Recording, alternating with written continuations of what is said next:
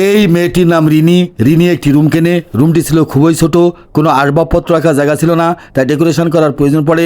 একজন ইঞ্জিনিয়ার ডাকেন। ইঞ্জিনিয়ার সে প্রথমে সুন্দর একটি খাট তৈরি করেন। খাটের ভাঁজ দিয়ে সফট হোয়াইট দিয়ে দেন, খাটের উপর কোমল বিছানা বিছিয়ে দেন। খাটে ওঠার জন্য সিঁড়ি তৈরি করেন, সিঁড়িতে ডয়ার তৈরি করেন।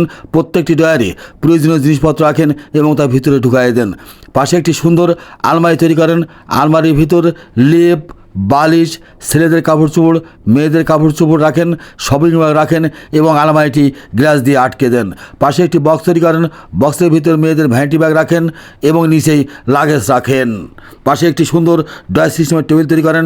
ড্রয়ারে প্রয়োজনীয় জিনিসপত্র রাখেন, উপরে আয়না রাখেন যাতে রিনি সাজগোজ করিতে পারে।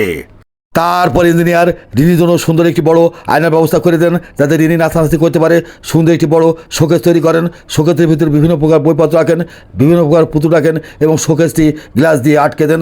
পাশে একটি সুন্দর ড্রয়ার সিস্টেমের টেবিল তৈরি করেন। ড্রয়ারে প্রয়োজনীয় জিনিসপত্র রাখেন, টেবিলের উপর ল্যাপটপ রাখেন যাতে রিনি ল্যাপটপে কাজ করতে পারে। সুন্দর একটি বক্স তৈরি করেন।